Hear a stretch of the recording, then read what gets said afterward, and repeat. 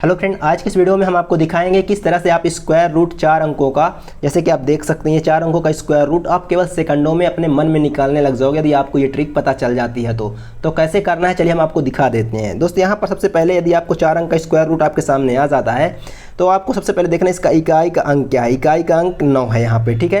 अब आपको क्या पता होना चाहिए, 1 से 9 तक की टेबल मतलब स्क्वायर पता होना चाहिए। ये आपको मन में यदि पता है, आपको पता याद है ना, तो आप इसे मन में भी कर दोगे इसको। लेकिन याद नहीं है तो आप लिख लो, कोई दिक्कत नहीं है। अब आप देखो कि 9 किसके किसके इकाई के अंक में आ रहा है, किस किस संख्या का वर्ग करने पर यहाँ पर जो वर्ग की वैल्यू आ रही है तो इकाई का अंक 9 के कौन कौन से में आ रहा है। तो 3 का वर्ग करने पर 9 आ रहा है, देख सकते हैं। और यहाँ पर 7 का वर्ग करने पर 9 आ रहा है, ठीक है। तो यहाँ पर 3 का और 7 का करने पे आ रहा है, तो यहाँ पे क्या लिखेंगे, 3 और 7 यहाँ पर लिख लेंगे, ठीक है।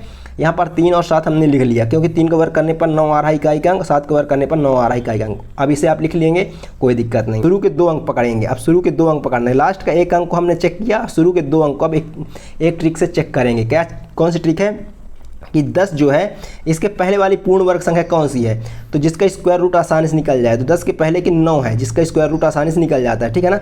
तो ये जो है तो 9 इसके पहले की पूर्ण वर्ग संख्या है। तो यहाँ पर दोस्त आप क्या बोलोगे कि ये 10 के पहले की पूर्ण वर्ग संख्या 3 का वर्ग यानी 9 है, और इसके बाद की जो है तो कौन सी है, 16 है, ठीक है ना। यहाँ पर 4 का वर्ग यानी 3 और 4 के वर्ग के बीच में जो है 10 आता है, ठीक है। तो 3 का वर्ग 9 और 4 चौक 16 के वर्ग के बीच में यहाँ पर 10 आता है। अब दोस्त यहाँ पर ये तो क्लियर हो गया कि 4 चौक 16 ये अधिक हो रहा है 10 से, लेकिन 3 का 9 ये कम है 9 से। तो दोस्त यहाँ पर 3 यहाँ पर भी आ जाएगा, 3 यहाँ पर भी आ जाएगा। लेकिन अभी ये क्लियर नहीं है कि इन दोनों में से कौन सा आंसर होगा, ये आंसर होगा कि ये आंसर होगा। अब इस चीज़ को चेकआउट करने के लिए क्या करना पड़ता है, इसको आपस में मल्टीप्लाई करना पड़ता है, ठीक है। इस आपस में मल्टीप्लाई करेंगे तो कितना आ जाएगा, 3 चौक 12, स्क्वायर से मतलब नहीं, 3 चौक 12, ये 12 आ गया।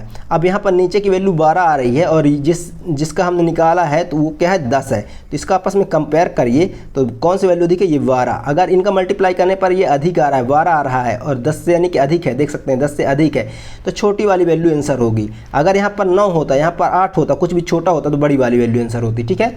तो यहाँ पर आई होप आप चीज़ क्लियर हो गए। एक और समझिए तो आपको अच्छे से समझ में आ जाएगा। देखिए इसके इकाई के अंक में क्या है, 9 है।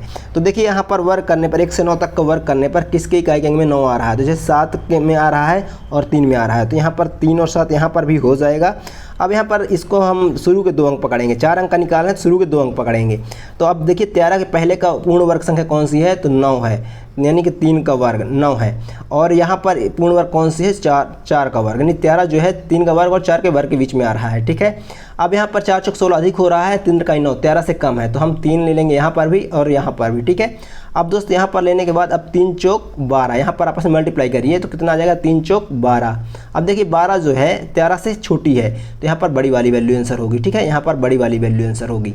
तो इस तरह से दोस्त आई होप आप समझ गए होंगे कि किस तरह से हमने इसको कंपेयर करना पड़ता है। लास्ट में यहाँ पर आपस में मल्टीप्लाई करोगे तो 12 आया और 12 का 13 से कंपेयर किया मैंने, तो क्या हुआ, जब मैंने कंपेयर किया तो ये छोटी वैल्यू आ गई जो कि 13 से छोटी है, तो फिर यहाँ पर बड़ी वाली वैल्यू आंसर हो जाएगी, ठीक है। अब एक क्वेश्चन और समझिए तो अच्छे समझ में आएगा। यहाँ पर 1 है इकाई का अंक, ठीक है। तो इनका 1 से लेकर 9 तक में चेक करिए किसके किसके इकाई का अंक में 1 आ रहा है वर्ग करने पर, तो 1 का वर्ग करने पर 1 आ रहा है, इकाई का अंक 1 आ रहा है, और 9 का वर्ग करने पर देख सकते हैं इकाई का अंक 1 आ रहा है। तो 1 और 9 यहाँ पर लिख लीजिए, ठीक है।